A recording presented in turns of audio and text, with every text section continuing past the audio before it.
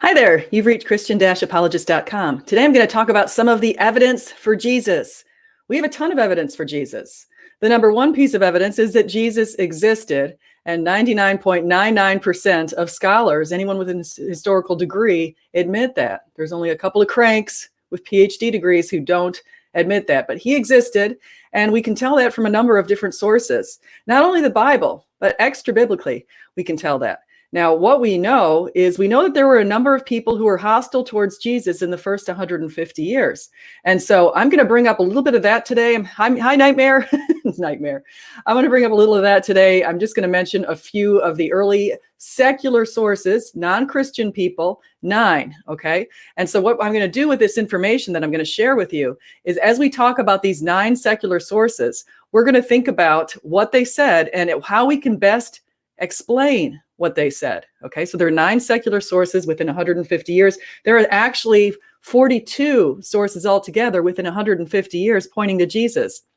Historians get giddy with 2 sources. We have 42 sources. So some are in the Bible and some are outside of the Bible. All we have to have, according to historians, they look for things like early dating. Well, we know Paul, one of the most credible sources, wrote over half of the books of the New Testament.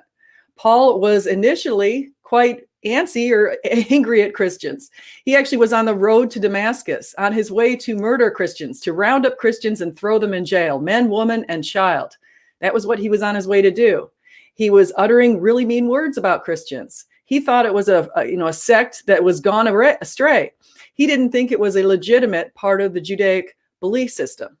So finally, as he's on the road to Damascus, he hears, Saul, Saul, why do you persecute me? Saul looked up and he says, who are you, Lord? He says, I am Jesus, whom you are persecuting. So Saul's eyes were covered with scales, and he went and he fasted and he prayed. And then God sent Ananias to go to see Saul. He put his hands on Saul and the scales fell off. Saul spent the first couple of years just praying and fasting and learning more about God. In fact, he writes to us that all of his words that he shared with us were not from man, but from Jesus. Jesus was working with Paul through Paul's ministry. So this occurred right around, we guess, sometime after 33 AD, because Jesus was crucified in 33 AD. And so we know that this occurred afterwards. And he was writing books up until his beheading, which occurred by Nero, in probably around 64 AD. So for all of these years, he was going around preaching the good news against what he had initially thought. So he was pretty surprised, but he did it for Jesus because he knew it was the truth. In fact, all of the apostles decided that they were going to preach the truth, even though they went into hiding initially. So when Jesus was first arrested and he was carried in, Peter kind of watched from a distance. He was scared, and he denied Jesus 3 times, just as Jesus predicted before the rooster crowed. And then Peter was very upset with himself, but he was still in hiding. He didn't show up during the crucifixion. In fact, only the women and the beloved apostle John were at the feet of Jesus during the crucifixion, when he was actually up there on the cross. The other disciples were all in hiding. What made them come out of hiding? Well, they attest to exactly what made them come out of hiding in 1 Corinthians 15. So in 1 Corinthians 15, they said, first Jesus appeared to Peter. We call him Cephas or Cephas. First he appeared. Then he appeared to the 12. Okay, he appeared over a period of 40 days. Then he appeared to the 500. Then he appeared to his half-brother James. And then he appeared to Paul, the one abnormally formed. Now that particular creed, which is 1 Corinthians 15, early scholars and late scholars, everyone says that this is within a few years of Jesus's crucifixion. Even secular scholars, even people like Gert Ludemann and Bart Ehrman, they all admit that this creed was passed down from the beginning. Now we know actually that prior to Jesus's first sighting of Jesus, Peter's first sighting of Jesus, we know that actually Mary Magdalene and women were given that privilege of being the first to discover Jesus. Okay, it was probably not reported in this early creed because the people back then were not given women the same value as far as their testimony. And so they memorized this creed with just males in it. But we do know that he appeared to numerous people over a 40-day period. Here's what else we know. Let me go ahead and share a little information with you. So here's what else we know. We know that these hostile people We know that he has hostile support. So we know from here that Jesus existed. And this is according to Tacitus, Josephus, Pliny the Younger, the Talmud, Bar Serapion, Suetonius, Thales, Phlegon, and Lucian. These are all ancient people. He claims he was born of a virgin, according to Celsus. He lived in Egypt at one time, according to Celsus. His brother was James, according to Josephus. He practiced sorcery, so says the Talmud. He had miraculous powers, says Celsus. He was a wonder worker, according to Josephus. He was wise, Josephus said, a wise king and teacher, according to Bar Serapion. He had knowledge of the future. His followers considered themselves brothers, according to Lucian, and Phlegon was the one with the knowledge of the future. He claimed to be God, according to Celsus. He was worshipped as a god and followed by Pliny the Younger on a fixed day of the week, according to Pliny the Younger. He was executed and crucified, according to Josephus, Tacitus, Lucian, Celsus, Talmud, and Bar Serapion. He died on the eve of the Passover, according to the Talmud. Earthquakes accompanied the death, according to Phlegon and Thales. Now, we actually also have some geological evidence in modern research that has indicated that earthquakes occurred in the year 33 by analyzing seismites in the Dead Sea Basin. He was buried in a tomb as per Jewish customs and law to keep the ground pure, according to Deuteronomy 21, 22 to 23. That was the Jewish custom. Jews even buried malefactors, according to Josephus and Tacitus. Disciples said he appeared to them alive 3 days after the crucifixion, according to Josephus. Christians were martyred, according to Suetonius and Tacitus. Christians who refused to recant were martyred, according to Pliny the Younger and Trajan in his letter to him. And his followers made an oath not to commit evil deeds, according to Pliny the Younger. In fact, one of the greatest supports of early Christianity was the fact that this whole practice was done in peace. Christians were worshiping peacefully. Virtually all historians, whether atheist, Christian, agnostic, Jewish, or the like, agree that something happened to change the mind of the apostles. They came out of hiding and began preaching for him for decades, despite being persecuted, stoned, crucified, beheaded, and imprisoned. This treatment is documented, as I just noted. So if you try to look at the swoon theory and say that Jesus faked his death, we have no ancient evidence of that. We have no ancient evidence that suggests he didn't exist. The people who are mythicists today are new. This is only a theory that's been around for the past couple of 100 years. The swoon theory fails to explain the change in the apostles. The twin theory, the idea that Jesus had a twin, we have no ancient evidence of that either. That fails to explain the change in the apostles. That he was buried in a mass grave, no ancient evidence. 1 Corinthians 15 is an early creed, again, that refutes this. The disciples stole the body, we have no body. You can only imagine that the Romans and the Jews were very much looking for that body so they could disclaim and disprove this early belief system. They said they had upended the earth. Mass hallucination, like dreams, hallucinations are internal. They can't be shared. Plus, Jesus appeared to them in many modes where they could see, hear, and touch and be in his presence. He ate with them. The idea that the disciples conspired, people don't risk their lives for decades for a lie. They were uniquely positioned to know the truth. And this idea that miracles are impossible, we have tons of support even today for miracles. I've gone over a lot of that in my previous videos. I've talked about things like Barbara Kamiski Snyder. She heard the words, "My child, get up and walk," after she'd been in a wheelchair for decades. So here's some other things that we know that are pretty interesting. Who am I describing? Dogs surround me. A pack of villains encircles me. They pierce my hands and my feet. All my bones are on display. People stare and gloat over me. They divide my clothes among them and cast lots for my garment. Okay. That was written 1,000 years before Jesus' crucifixion. Now, just remember, they said they pierced my hands and my feet. That's also mentioned in Zechariah 12:10. And the piercing is also mentioned in Isaiah 53. These are all written hundreds of years before Jesus was crucified and hundreds of years before they had even invented the crucifixion. So we have early dating. We have Paul especially early dating, but Matthew, Mark, Luke, and John, we have no other attributions to any other authors aside from Matthew, Mark, Luke, and John. All of the early church fathers said that those were the four authors of the Gospels. Now, people have guessed that Mark is probably first, even though Matthew is listed first in the Bible. but they think that Mark was probably first because his gospel is the shortest, and they think that Matthew and Luke pulled some of the information from his gospel to compose their own.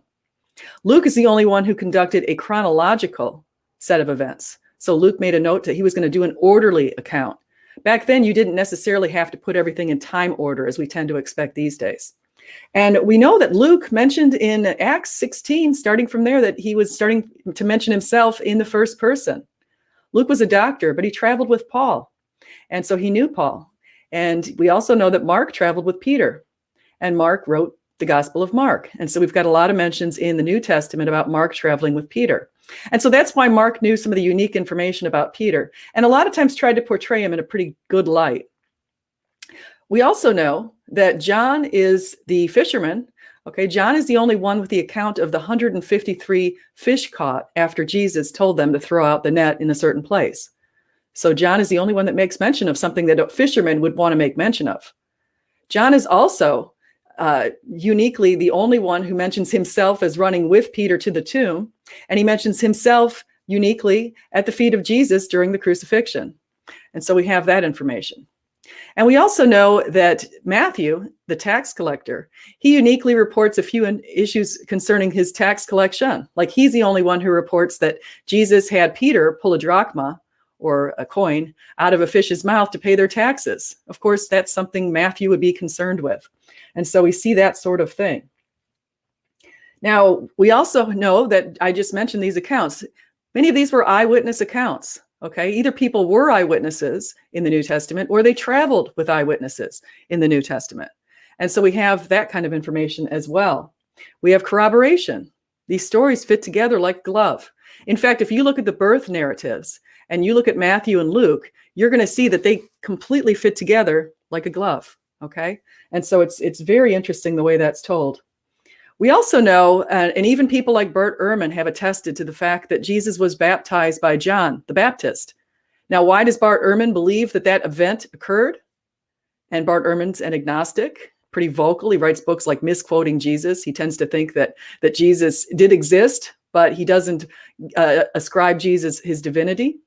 Okay, but Bart Ehrman admits that this baptism probably occurred because John the Baptist is sort of a lesser spiritual person than Jesus in a way. Okay, obviously Jesus is the Son of Man, Son of God. John the Baptist, not so much. And so the fact that the lesser would baptize the greater is an unusual fact that's included. So I want to say hi to the chat. People I see a deconverted man.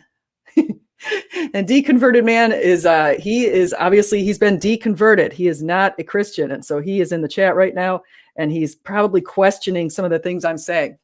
Now, one of the things that I support is an old earth. And I do that because I don't believe that the Bible indicates that we have to say it's a young earth. A lot of young earth people think that the 7 days of creation were 7 consecutive 24-hour days. Now, I don't believe that all of the kind of things that occurred in those 7 days could happen in 7 24-hour days. If God wanted it to happen in 7 24-hour days, that's another thing. It's certainly a potential thing. But I want to note something that's pretty interesting. On each of the first 6 days, it says, and God said. So God spoke the earth into existence. And he always says, it was the morning, it was the night. It was the morning, it was the night. So he notes that each day of the first 6 days. But on the 7th day, it says, by the 7th day, God had finished the work he had been doing. So on the 7th day, he rested from all his work. Then God blessed the 7th day and made it holy, because on it he rested from all the work of creating that he had done. Okay, so I believe that we're currently in the 7th day. Now, here's what's pretty interesting that I found today in the book of Hebrews, or I heard actually, somehow I made note of this in the book of Hebrews. I'm going to say also, hi, Stephen Steen and P. Mars. So P. Mars says, I'm evidence of Jesus. And it says it's a free-for-all. Yes, I am going to open this up. I just wanted to go through a couple of things that I wanted to quickly make mention of before I do open this up. But I'm going to open up this and put a link in here in just a moment. And so I wanted to note something else that I don't want to forget to say. That's why I haven't opened it up yet. Is I want to mention the Sabbath rest. Now, here's what's interesting. It says here in Hebrews 3:18, and to whom did God swear that they would never enter his rest, if not to those who disobeyed? So we see that they were not able to enter his rest because of their unbelief.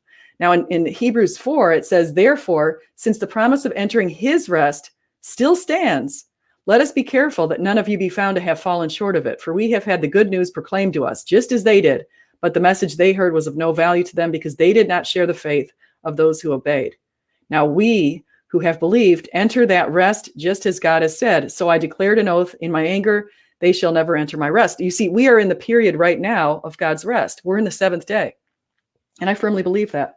And so I just wanted to make mention of that. I also wanted to make mention of James and Jude. So we believe that Jesus did not sin. And that's a very firm belief of Christians. But someone might say, well, maybe he didn't sin in those 3 years when he was traveling around and doing his ministry, but maybe he grew up in a very sinful way and had a sinful lifestyle.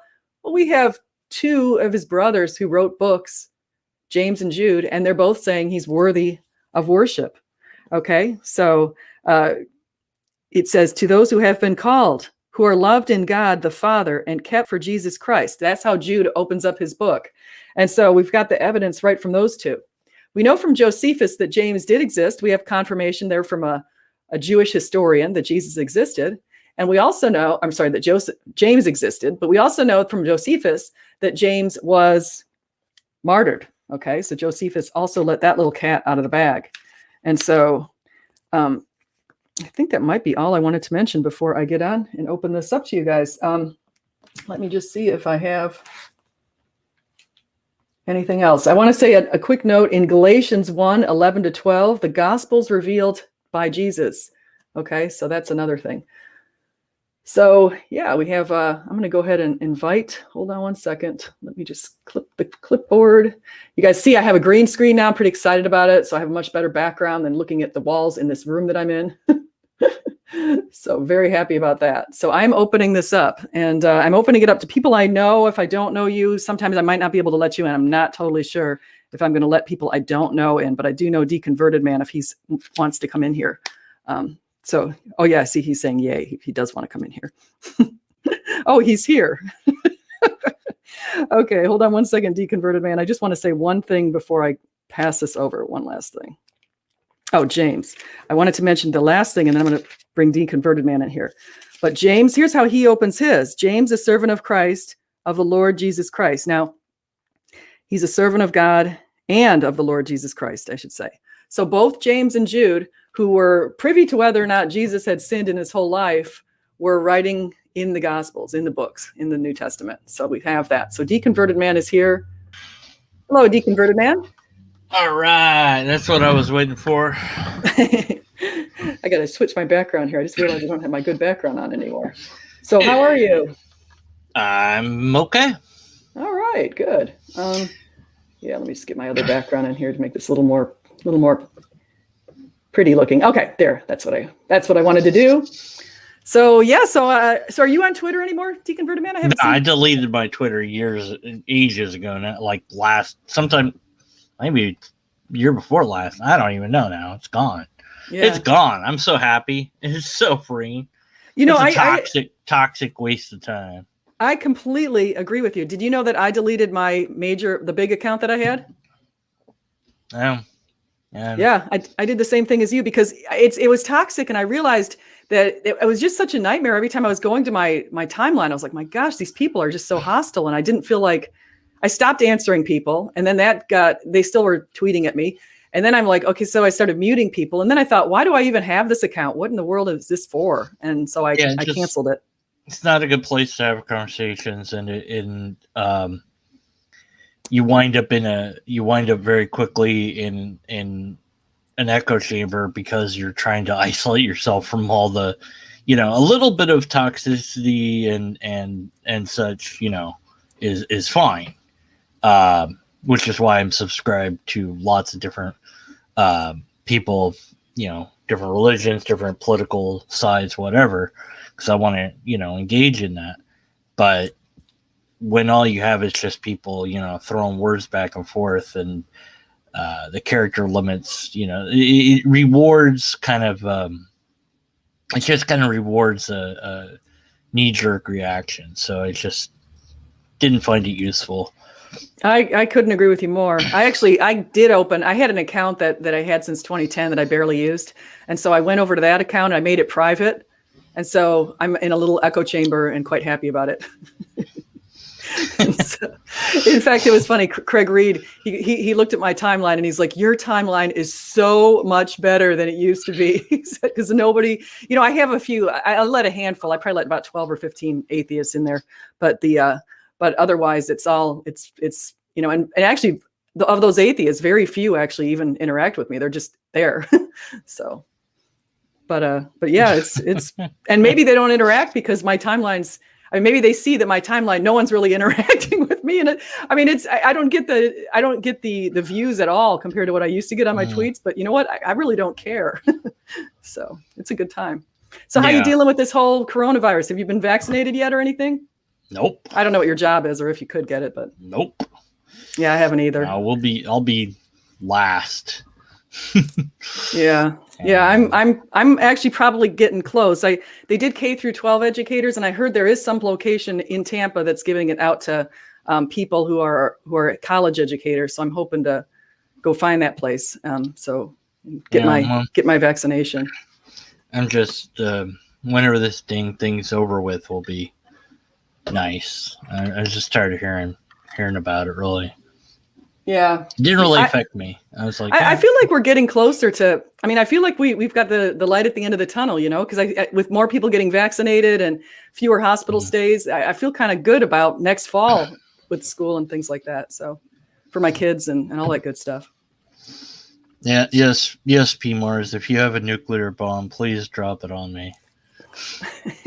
End my suffering. Oh my gosh, P. Mars. Straight on top of me, because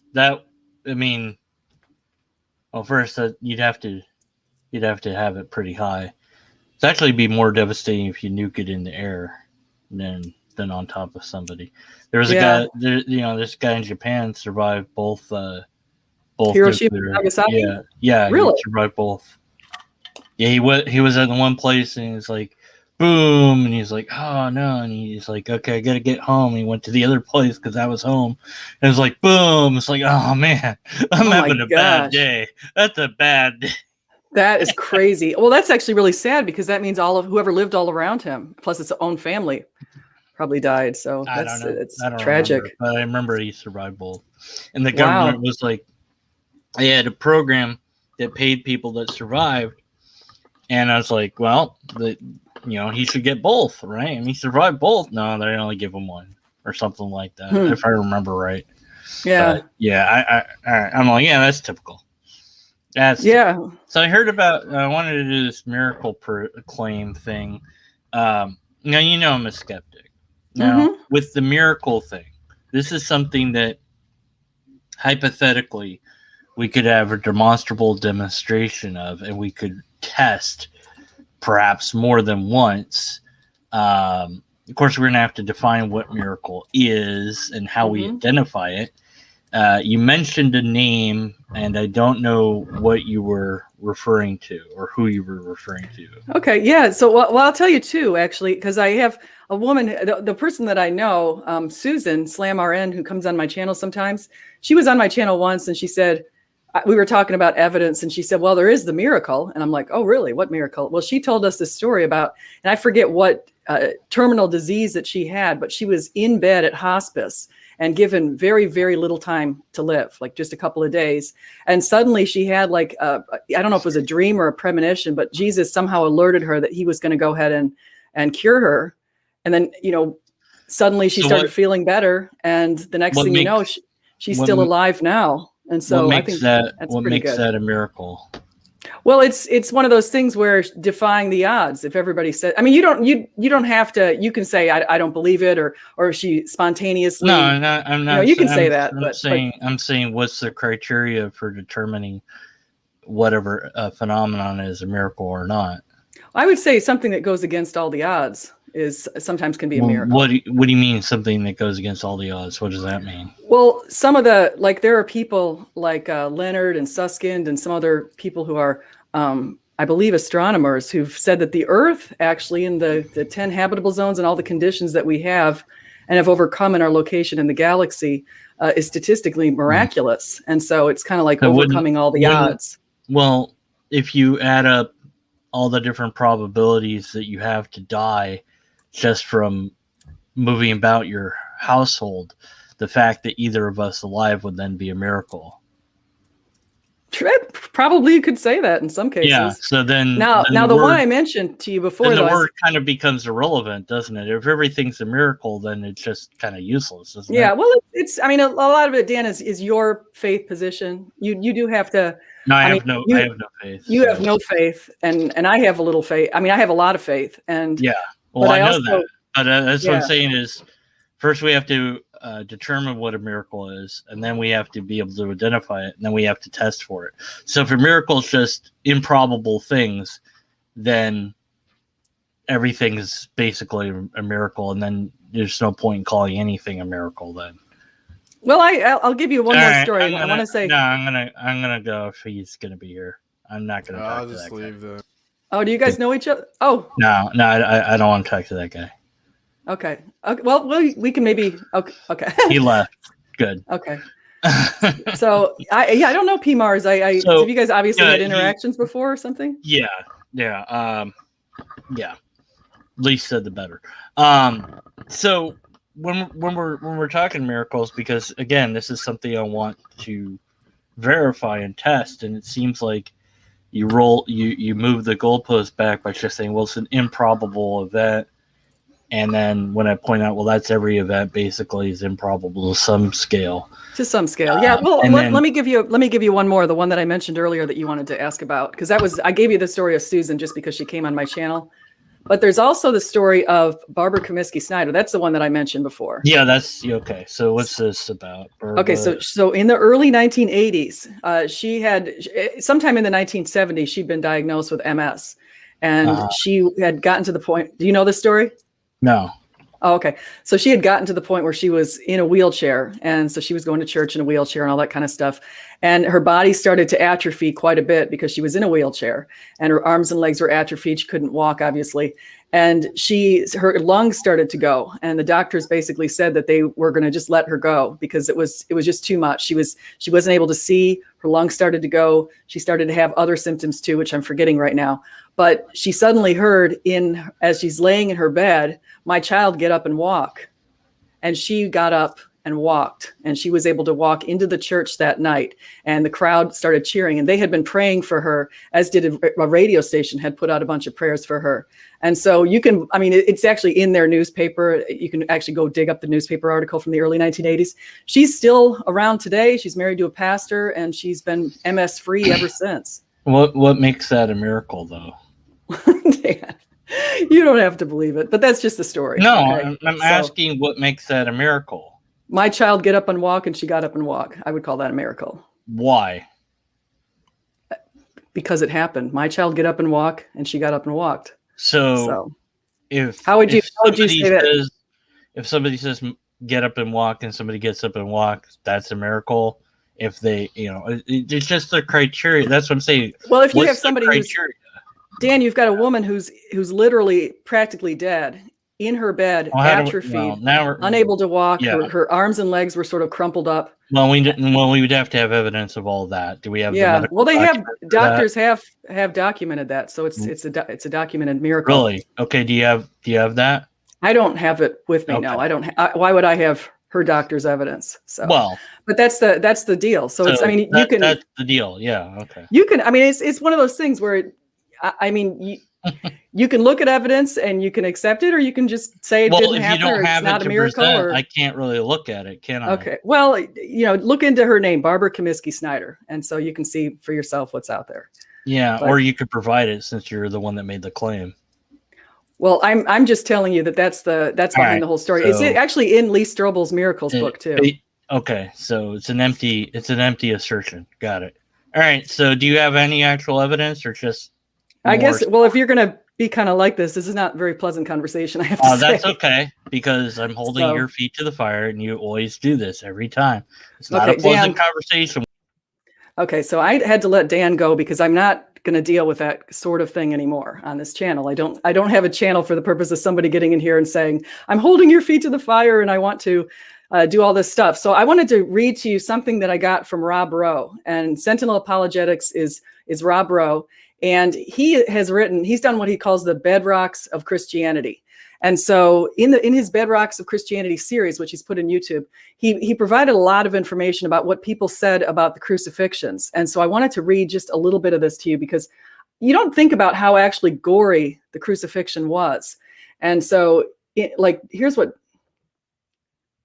he says. Here's what Rob Rose cited from Kostenberger. He says, for hours, the victim would hang in the heat of the sun, stripped naked and struggling to breathe. In order to avoid asphyxiation, he had to push himself up with his legs and pull with his arms, triggering muscle spasms that caused almost unimaginable pain. The end would come through heart failure, brain damage caused by reduced oxygen supply, suffocation, or shock. Shock as the cause of death is strongly argued by Zagubi. Shock is unquestionably the cause of Jesus' death on the cross, referring also to our opinion of a surgeon who contends there is overwhelming evidence that Christ died from heart failure due to extreme shock caused by exhaustion, pain, and loss of blood. So it says, this is why crucifixion is arguably the most brutal, shameful, and inhuman death penalty to ever enter the mind of a person. Josephus referred to it as the most wretched of deaths. Cicero also was appalled, calling it a cruel and disgusting punishment and the worst extreme of the tortures inflicted upon slaves.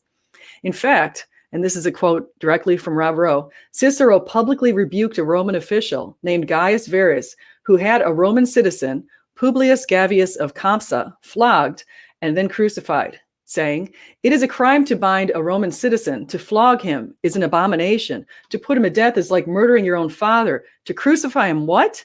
There is no fitting word that can possibly describe so horrible a deed, end quote. So he says, notice that Cicero could not find a word in his vast Latin vocabulary that could accurately describe this monstrosity. All he could say was, what? The crucified victims were also executed without clothing, probably to make them more susceptible to blows and to increase their shame. And so Melita, and this is 2nd century Bishop of Sardis, and again, I'm still quoting from Rob, he that hung up the earth in space was himself hanged up. He that fixed the heavens was fixed with nails. He that bore up the earth was borne up on a tree. The Lord of all was subjected to ignominy in a naked body. God put to death. The King of Israel slain with the Israel's right hand. Alas, for the new wickedness of the new murder. The Lord was exposed with naked body. He was not deemed worthy even of covering. And in order that he might not be seen, the luminaries turned away, and the day became darkened, because they slew God, who hung naked on the tree. It was not the body of our Lord that the luminaries covered with darkness when they set, but the eyes of men. So I just wanted to read that to you so you guys can realize some of the gravity. A lot of people are like, oh, he only suffered for 3 days. He did this, he did that. But that's not really analyzing very closely exactly what happened to Jesus and exactly what he went through for us. So according to Isaiah, he was going to have to go through this. He was going to be rejected by his own people. And we'd see that the stone that was rejected by the builders has become the cornerstone. That's exactly what Jesus became. There's an expectation from Jesus, and this is something that's pretty interesting here. And I'm sorry to deconvert it, man. I just don't. I'm not in the mood to argue on my channel. It's and I don't think it's very pleasant for people to hear arguing on the channel. So, but listen to this story about the fig tree from Mark, and I heard some of this from Mike Winger, so I'm getting some ideas from Pastor Mike Winger here. But it says, the next day, as they were leaving Bethany, Jesus was hungry. Seeing in the distance a fig tree in leaf, he went to find out if it had any fruit. When he reached it, he found nothing but leaves, because it was not the season for a fig. Then he said to the tree, may no one ever eat fruit from you again. And his disciples heard him say it. So then this is what Mike Winger says, was like a little Markan sandwich. So he sandwiched in this story about the temple. So on reaching Jerusalem, Jesus entered the temple courts and began driving out those who were buying and selling there. He overturned the tables of the money changers and the benches of those selling doves, and would not allow anyone to carry merchandise through the temple courts. And as he taught them, he said, is it not written, my house will be called a house of prayer for all nations, but you have made it a den of robbers. The chief priests and the searchers of the law had heard this and began looking for a way to kill him, for they feared him, because the whole crowd was amazed at his teaching. So now we have Jesus going back to this fig tree. In the morning, as they went along, they saw the fig tree withered from the roots. Peter remembered and said to Jesus, Rabbi, look, the fig tree you cursed has withered. Have faith in God, Jesus answered. Now, what's significant about that particular idea is a lot of people say, oh, the poor fig tree. No, it's the idea. It's like a person. We're all given spiritual gifts. And if we don't use our gifts and produce fruit, we're going to wither and die. And so Jesus was just accentuating that. And he accentuated it right with the idea of the money changers in the temple who were going against his will and not practicing the word as they were supposed to. So I wanted to go ahead and PMARS, if you want to come back in, that would be fine. If you're interested, I know you came in here for a minute and then you left. So that's the story. So what I'm going to do right now is I'm going to go back and get some more. Oh, here's the art. Actually, let me show you this. So let me just show you guys something that I have with Barbara Kamiski Snyder. Okay, here we go. Okay, so here's the article from Barbara Kamiski Snyder. You can see right here in this Rock Island newspaper, Rock Island, Illinois, I believe is where this is. It says, my child, get up and walk. So you can see her right there in the picture. I don't know if you guys can see that very well, but that's her getting up. Okay, that's not the actual time when it happened. They didn't have a newspaper taking pictures then, but that's Barbara Kamiski Snyder. And so I'm just going to show you a couple of other kind of cool little miracles. I mean, you can call them miracles or you can say they're not if you're Dan, but so you can see here, this is kind of cool. These two people were out at sea and they were fighting for a couple of hours offshore. Their boat had somehow turned over and they were stuck out there and they were crying out to God and said, just bring something. If you really do have a plan for us, come on, just bring something, Tyler recalled. And so here's what rescued him, a boat called the Amen. I mean, how cool is that?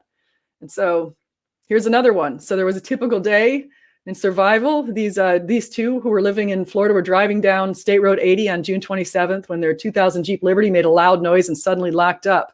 We just passed Walmart. We were on 80 and the car just stopped. Like it just went boom, boom and stopped. Joelle, who was driving, pulled over into a turning lane before the car began heavily smoking. Sisters got out of the car safely before it burst into flames, taking only their cell phones. Here's what the car looked like. But look, the Bible survived. I mean, how cool is that? So the thing burst into flames.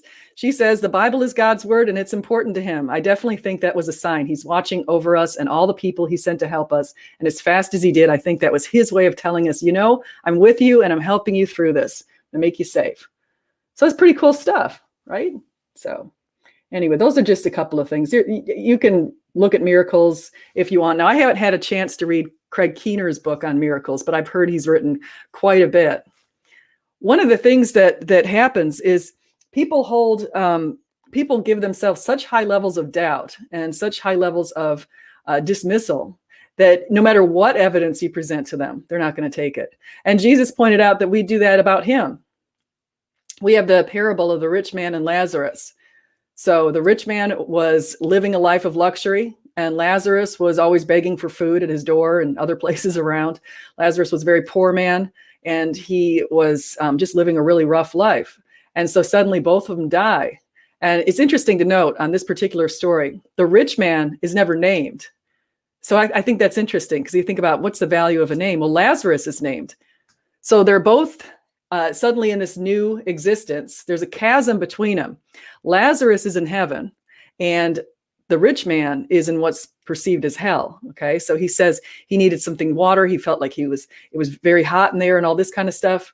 And so he did that. And then he said, well, wait a second. The rich man says, why don't you warn somebody? You got to warn people, warn my brothers, warn them. And he was told that, guess what?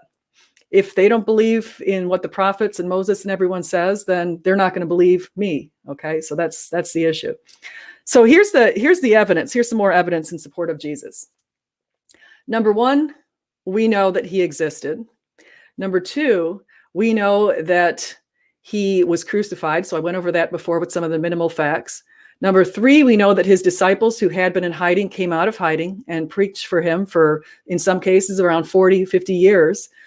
They were risking their lives because Christianity had not been legalized and would not be legalized until the year 313 under Constantine. So we know that these early Christians were pretty brave. And why would they do what they did if for no other reason than to testify that they saw the risen Christ? So that to me is pretty strong evidence.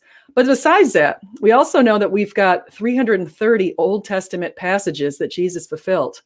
If you haven't had a chance to take a look at it, take a look at Daniel 9. Okay, take a look at Daniel 7. Jesus actually, when he was standing in front of the Pharisees, and the Pharisees asked him, "Are you the Son of the Most High?" He said, "I am, and you will see the Son of Man sitting at the right hand of the Mighty One and coming in the clouds of heaven." That was a direct reference to Daniel 7, and sitting at the right hand elevated him to an equal with God. Okay, that was the way that the Jews referred to the one who was equal with God. And so Daniel 7 was that, and so they knew exactly what that meant. And that's why they had him crucified. Okay. They tore their clothes when they heard that. They couldn't take it. They didn't want anybody to take away the power that they had. Their eyes were blinded. They didn't have the eyes to see or the ears to hear. So we know that. We also know from Daniel 9 the timing that Jesus would arrive. We know that it was 77s less 7, or 483 years from the time that the call goes out to rebuild Jerusalem. Now, there were 4 calls that went out, and they vary in dates. But the last one, and the one that the Jews for Jesus endorse, is 444 BC.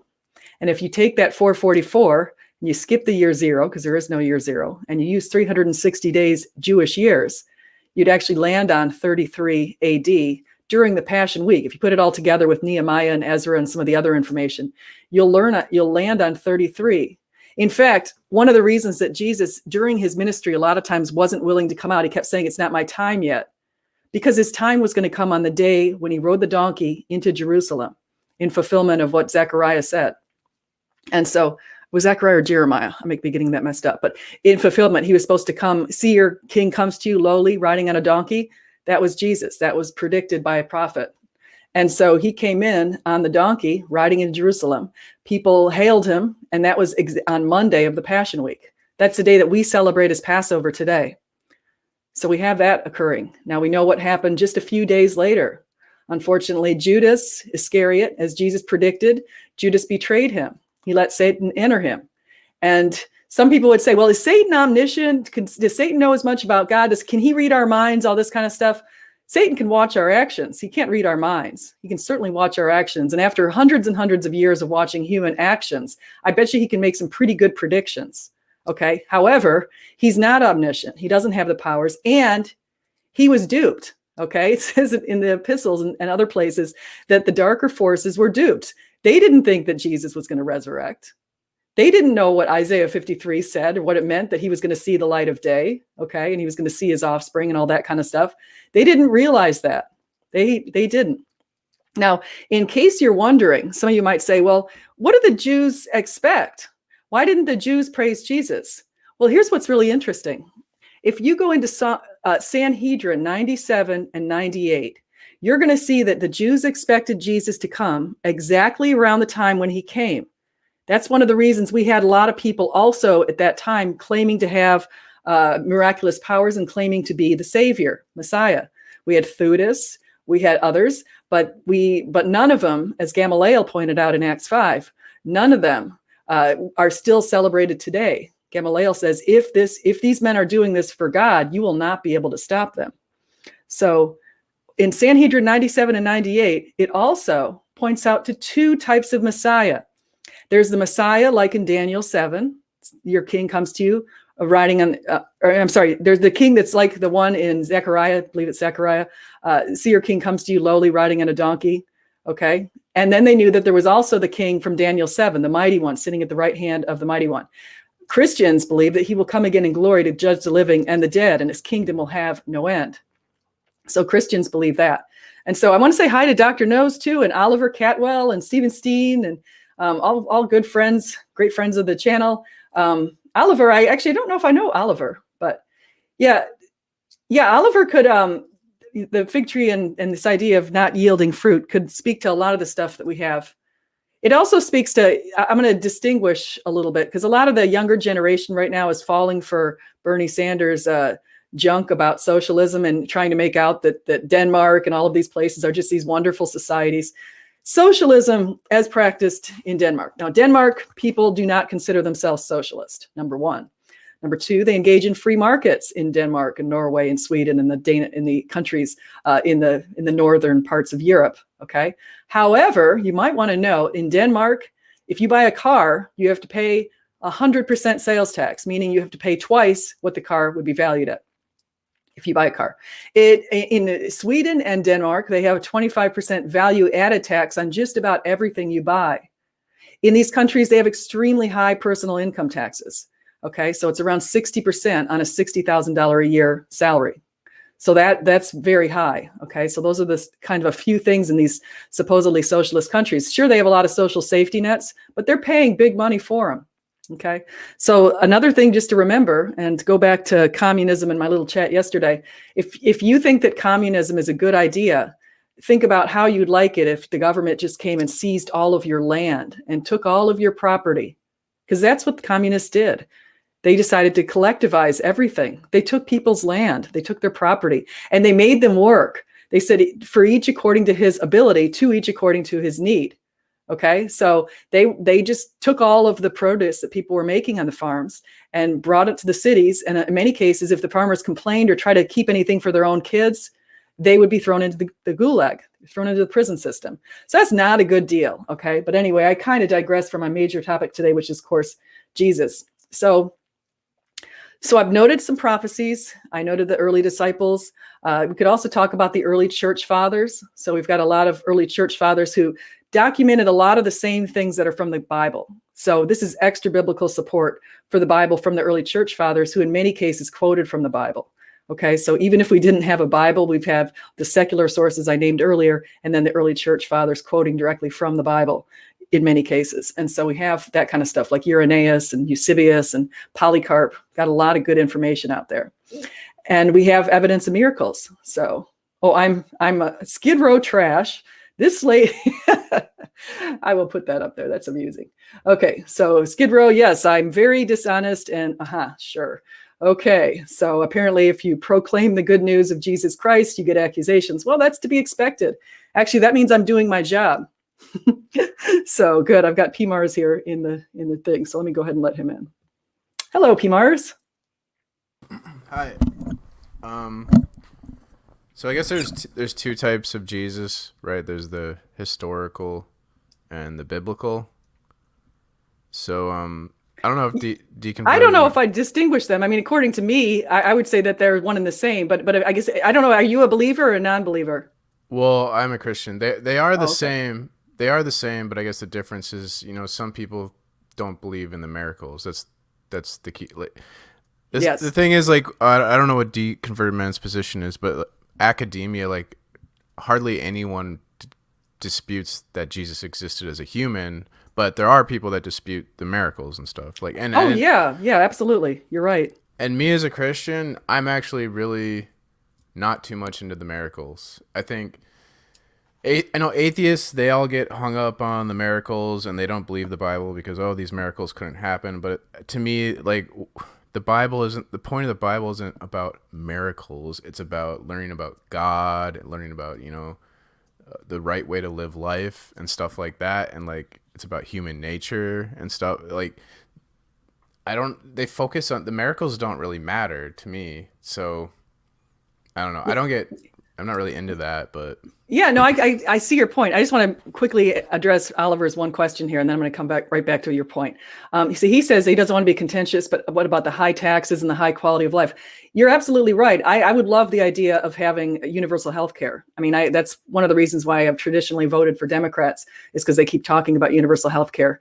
But we don't. And so just dealing with what we have relatively low taxes, and we don't have, our sales tax here in Florida is only around 6%. So it's relatively low compared to some of these other places. But I just want to quickly say that. But yet, so to your point, the miracle. So you would say, like, what was your first, and I don't know if you were raised a Christian or how you came to Christianity, but what's your first sign that you think, like, if you were just telling someone who doesn't believe right now that Christianity is true? What's your first thing? Well, that you'd say? If I was trying to, I guess, convert someone to Christianity, I would, like, show them the power God has and like the power love has to transform your life, and how when you're angry and you have hate in your heart, it's just self-destructive and you're on the path to destruction. And if you can replace that with love, which I think is ultimately, like, the Christian God is love, and if you make love your authority or love your God, then that changes your life, transforms you. You know, you start living. I don't think you're really living until you accept, like, love into your heart. So I don't know. Yeah. To me, that's what it's. I'm more about the love, and I focus on that. I don't really get about, like, oh, how old is the earth, or, you know, like, that stuff doesn't matter to me. But Yeah, no, I think those are really good points. And so how old is he? I know that's kind of the tangential stuff. I think of how I came to Yeah. Christianity. It's like I didn't come to Christianity because I went to Ken Ham's Ark or something like that. It's like, that's not going to bring me to Christianity. But I came because Jesus, I started feeling I was having spiritual experiences. And then it kind of cleans me up. Like, because of that, I try to be a better person. I try to, do right by my family and my friends and everybody. And so, I mean, not that I didn't try that before, but I think it's even heightened. yeah. But So, one thing I would say for evidence, I'm kind of skeptical on the miracles too, even though I'm Christian, because I think kind of that's how storytelling. They didn't have TV and internet, right? So when they told stories, they would embellish. Like, the Native Americans in America, I know, when they talk about, like, a great tribal leader, they'll kind of ascribe miracles to them, or supernatural powers to make it more interesting. But it's not. They don't, like, really have a magic spiritual horse or something, right? But the person did exist. so do you believe that Jesus resurrected from the dead? I kind of struggle with that. One of the things, though, I think is the best evidence, I think, that is the fact that his family, Jesus's family, thought he was crazy. And there's parts in the Bible where they, like, were coming out into the desert to be like, Jesus, you're mentally ill. Come back with us and stuff. You're like, we need to get you help. But so James, his brother, was not following Jesus. They thought he was this crazy person. Well, James witnessed the resurrection, and he went from thinking Jesus is nuts to being, like, one of the most influential, important early Christians. And I think he got martyred. Yeah, he did. too. Josephus So reported that. He was a leader in the Jerusalem temple for So I many think years. that's good evidence, because he was someone who was skeptical during Jesus' life, even though he was a relative. But then, according to the story, witnessed the resurrection and changed his mind. So I mean, that kind of is compelling to me. But I think that's very compelling, and I think the same thing with Paul. When I was a Catholic, I didn't even read the Bible. I didn't even know half these stories. I didn't know any of this stuff.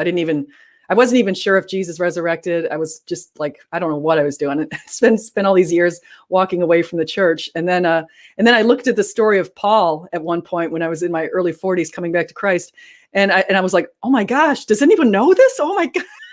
I was like, this guy was just totally against Christianity. He was about to round him up, and he sees Jesus. And then he converts, and then he does all this stuff for years, and, was beaten, stoned, jailed. So, yeah, I think it's great that God chose Paul, I guess, he pretty much wrote the New Testament. Paul did. I mean, and he's such a good example, because, like, even today, like, it boggles my mind that Christians will persecute each other, because it's like that's how we got in this whole mess. Like, we persecuted Jesus,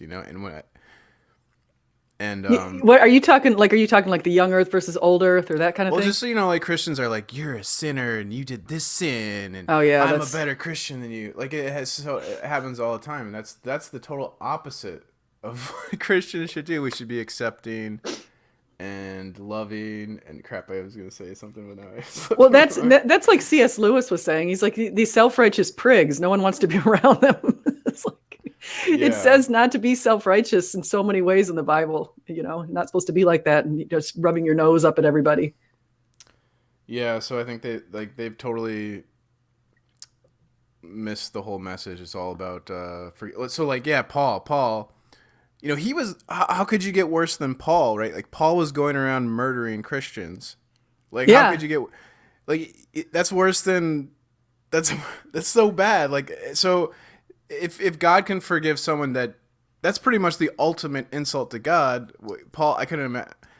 I mean, I guess you could probably always come up with something worse, right? But That's pretty bad, though, going around rounding up men, women, and children. So if God can forgive him, it's in my mind he can forgive anyone of anything, because Paul was the worst of us. So so it's great that God chose him, because then we can say, well, you're going to persecute me. Well, Paul was a sinner too, so it's like you can't persecute me. That guy wrote the Bible. He was killing Christians. So how are you going to judge me because I said a swear word or something or whatever, Yeah.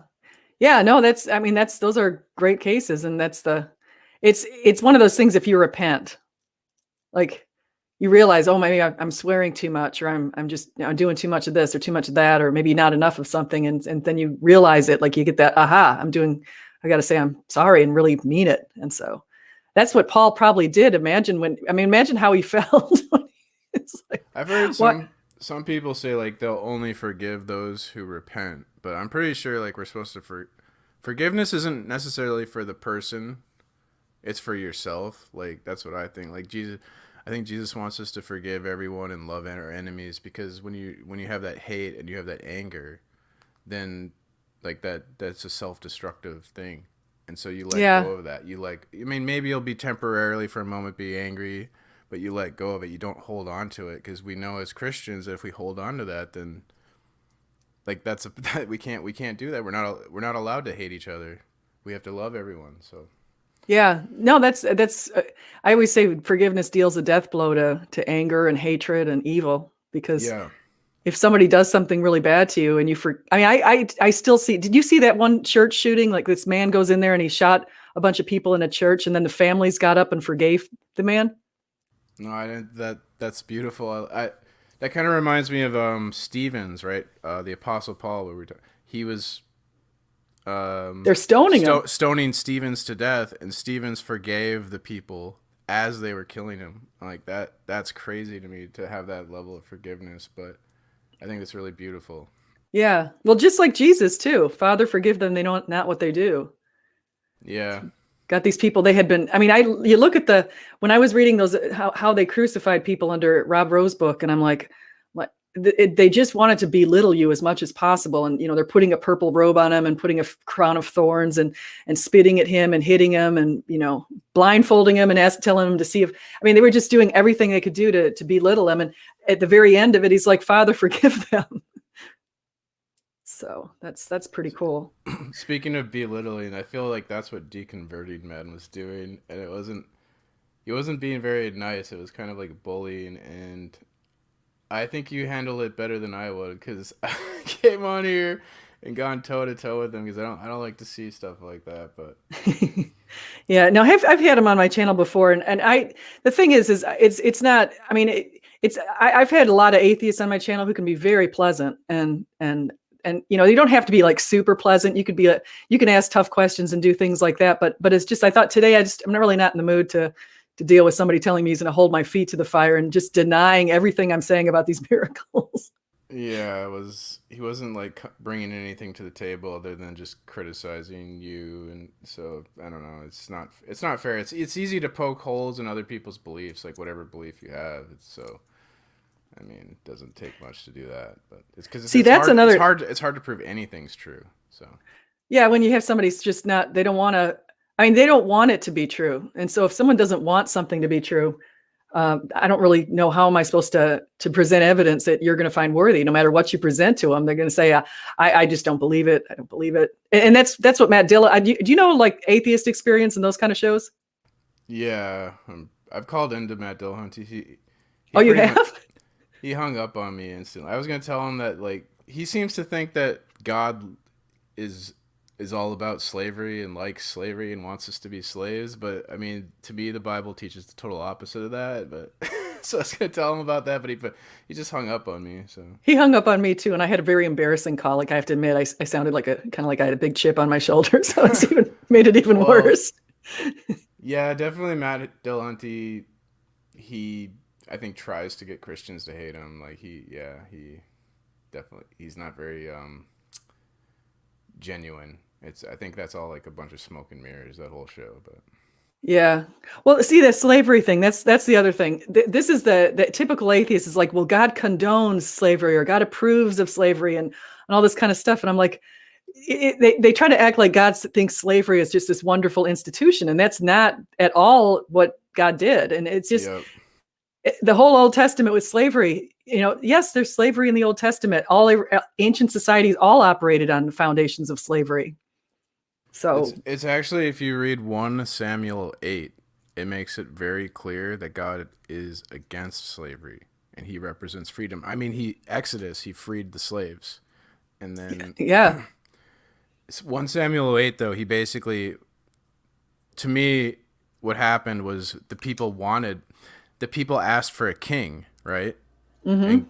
Because they're like, the other nations have kings. We want to be like, and he's like, you want to be like the other nations, worshiping other gods, and he said, well, if I give you a king, the king is going to enslave you and be horrible and be a monster. And the people are like, we don't care. We want a king anyways. And then God's like, okay, but when you complain, I'm not going to come help you because you're the one who asked for this. So to me, it's like God gives us the free will and we chose to enslave each other. Like he is very clear and he's against it. Like every time we fall into slavery, like he rescued us in Exodus. And I think Jesus Christ was another, like, trying to save us from bondage is what Jesus was doing, I think. So yeah. Well, even when Paul says, he says, neither slave nor free, we're all one in the eyes of the Lord. And he talks about Onesimus. Yep. And so yes. So in that, we're all made in God's image. So we're all equal. That's what's right there in Genesis. Yeah, Genesis 1:27. Yeah, I love that. And that's actually, I hadn't really thought about the king thing. I used to go back and look at 1 Samuel 8. That sounds pretty interesting. So, because I didn't really think, you're right. When they were slaves in Exodus, they were slaves in Egypt and God had to free them. Yeah. And then he's like always complaining. He's like, even after he freed them and they're wandering in the desert, he's like, you're still following false gods. Like they just refuse to follow God. I think it's because God wants us to live free and autonomous and independent, sort of like old school America. And people, like, I don't know, they don't want that response, because freedom comes with responsibility, and people want to give up their responsibility for, like, someone, so then they can blame, like, someone else when things go wrong. I don't know. It's like something about human nature. I totally agree with you. And I'm just thinking, that reminds me of a lot of atheists. They say that they don't have any free will. Yeah. Like they're just automatons. Yeah. Yeah. And they're just operating out. And it's like, yeah, free will is something kind of, it's not talking about your automatic, structured morning. Now you get up in the morning and you might not even think about it. You go to the bathroom or you brush your teeth and all this kind of stuff. But it's talking about the high level decisions that you make. Like, do you believe in God? And so, well, it's like, to me, there's destiny, right? Where we can't change our fate. But then that's kind of like what the atheists believe. Like, even like DNA, like, oh, I'm predispositioned because my DNA, so I'm destined to be like this. So like a lot of the science has this like pagan belief of destiny and fate. But that's stupid, because then it's like, what's the point of even making any decisions? Because it doesn't matter, because it's a destiny. I can't change my future. But well, why they're doing it. They're just trying to take away their accountability. Yeah. But the Bible teaches the opposite. The Bible teaches free will, that our decisions matter, that we can change the future, and that's what I believe. So I think that's something I totally believe that. That separates a Christian and a pagan, is the pagans believe in destiny and Christians believe in free will. So I think there's a big difference. That is. Yeah, I'm not really familiar with pagan beliefs, but I have had a couple pagans on my channel. Well, I'm sure there's pagans that believe in free will, but I mean, just generally, like, the idea, like, pagans had a god of destiny or a god of fate, and there was that thinking that kind of infiltrated Christianity with, like, Calvinism a little bit, I think. Yeah, see, I'm not a Calvinist, because I think what Calvinists do is they're like, God's already pre-planned your actions, and so it's really like God's preordained and pre-planned and all this kind of stuff. But I think they don't realize that God is, he's not bound by time like we are, and so they're like, there's nothing you can do. Well, you can do whatever you want to do. And God's just already seen it, because he's outside of, he's concurrently in the past, present, future. So he knows what you're going to do. They're like, well, if he knows what we're going to do, then we can't change any of our actions. It's like, that's not how it works. So Right, because what I think they're making his omniscience more important than his love. Like they're saying he knows the future, so therefore we can't change it or something. But he's actually God is love. That's like the most important quality, I would say, as attribute, that he's love. And free will and freedom is a prerequisite of love, because you can't force someone to love you, right? So he necessarily has to give us the freedom to. Well, I think there's basically two choices. We like choose to live, with God or without God. That's basically every choice boils down to that. So that's actually a good point. That's exactly, and that's why Jesus gave us 2 commandments. He summarized all the commandments into 2: love God above all else and love your neighbor as yourself. And so it's real simple. Yep. So they'll say, well, if I'm going to go love my neighbors, I'm going to live a really good life. And it's like, Paul talks about it a lot. He's like, why are you doing all this stuff? You'll be just doing it in vain if you don't follow number 1. As Christians, the definitions of omniscience, omnipotence, and omnipresence and all that's more of a Greek philosophical definition of God. Like the Christians emphasize salvation and grace and love as his qualities above those things. Yeah. So. Yeah, I had Rob Rowe on my channel yesterday, and he mentioned salvation comes from salvage. And I thought that was kind of interesting. I hadn't thought about, like, he's salvaging our relationship, So, because we keep making mistakes. I mean, I still think it's funny when in the Exodus, when what do? They boil up, or I don't know, they melt a bunch of gold and they form a golden calf, and then they all start dancing around and worshiping. It's like a bunch of clowns. Why would they do that? Yeah.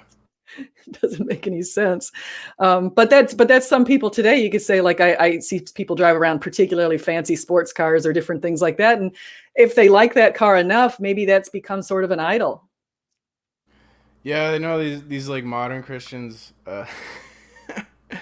I like the old school Christians. I got into reading the history and stuff, because it's like the old school Christians, they were sacrificing their lives for Christ. And these modern Christians, I don't think they would give up their sports car for Christ. Yeah, like would Joel Osteen give up his $10 million house? No, he's definitely more attached to material, the world, than Christ. A lot of the modern Christians are, I think, unfortunately. Yeah, I think so too. Or Ken Copeland, like that's another one who got on my radar. That even John MacArthur, I heard he's got a ton of money too. I like Francis of Assisi, because he was all about the vow of poverty. You know what's crazy about that? He started that whole order, the Franciscan order, and it was about taking a vow of poverty. And it became super popular because people are like, finally, someone's actually following what Christ said in the Bible and not just trying to like get rich. So, but it got so popular that they started collecting money. They went again, and they threw Francis out of his own order that he created. Are you serious? Yes. That's how it's like human nature. It's like people get so corrupt. They see an opportunity and they like he so you can start something with like the purest of intentions and like we're going to be like Christ-like, and then it gets popular, and then all of a sudden you're right into Satan. Right? It's crazy how that works. Yeah. Well, that's like some of those big mega churches. It's like they start it and they have a pretty good message, and then they write a best-selling book, and like Rick Warren, everybody buys the book, and then, then they're millionaires. And what they're supposed to do, I always say this, I always think to myself, if I ever somehow got some sort of cash windfall, I wouldn't want a different house than the one I'm in, unless it's like just, no more money than the one, like cost-wise. I don't, even if I had millions and millions of dollars, I wouldn't want to drive around in all the fancy cars, because I'd always feel like, what about the poor people? I mean, what are they doing? And why do I deserve all this? And so I would feel guilty. Yeah. But you get judged by that. So like I was on a dating app recently trying to get married and stuff. That's probably not the best place. And hey, and it can work. I know people who are married from those dating apps. This woman, it was like, once she found out I lived in an apartment, I wasn't good enough for her. Like, oh, you live in an apartment? Like, what? I didn't realize that was like criteria, a bad thing or something. Like, why? Well, you know what you're getting though. I'm a single guy. What do I need like to get a house for just me? Yeah, no, you just found out she's going after the gold. Yeah. You know, you don't want that kind of woman anyway. Gold digger. Yeah. Did you ever see Eddie Murphy's Coming to America? The original one, yeah, was good. Yeah, he pretends like he's a poor guy, Yeah. but he's really a king. But that's the thing. If you were really rich, I mean, you're going to get people after you that might just be in it for the money. And I don't think that'd be that wouldn't make you feel very good. Yeah, you kind of know your real friends when the chips are down. I think that would be pretty, if you're really famous or you had a lot of money. It's like the most annoying thing was everyone would be so fake to you. So you wouldn't like, I would just get so annoyed at everyone because I wouldn't know who to trust or, you know. Yeah, I know a guy like that. I know the guy who's the son of the founder of the National Enquirer. His name's Paul Pope, and his dad was Generoso Pope. And Generoso Pope, when he died years and years ago when Paul was in high school, I believe. But he died, and Paul's my age, Paul's middle age. But when he died, he left $300 million to the mom and Paul. And the mom has $250 million, and Paul had $50 million, and then Paul started spending quite a bit of it. And he had all these people. He would always I'd see him out when I lived down in Southeast Florida. We'd go out, and anytime Paul would come in, he'd pick up the bar tab for everybody, and he'd start buying shots for people and doing all this stuff. And he had a whole bunch of people following him around. And then Paul actually started running low on his money, so he wrote an expose book about his dad. And I'm like, who does that? Oh, crazy. So yeah, I mean, his house has been in all these good, like those famous house magazines, Home and Beautiful, and all those kind of things, and so yeah. But that's I always wondered, how does he know if anyone's really genuine around him? And another thing is that lifestyle is expensive, and then once you get into it, then you gotta. It's not even if you have a lot of money. That whole lifestyle, you got to keep up with the Joneses. It gets expensive, and then you're trapped into now you have to keep making money and kind of trapped. Yeah. You. Well, he paid one of his friends to be his personal lawyer. Then he paid another friend just to kind of hang around with him. And then he paid a third friend to be his personal accountant. He's got buying friends. He's buying love.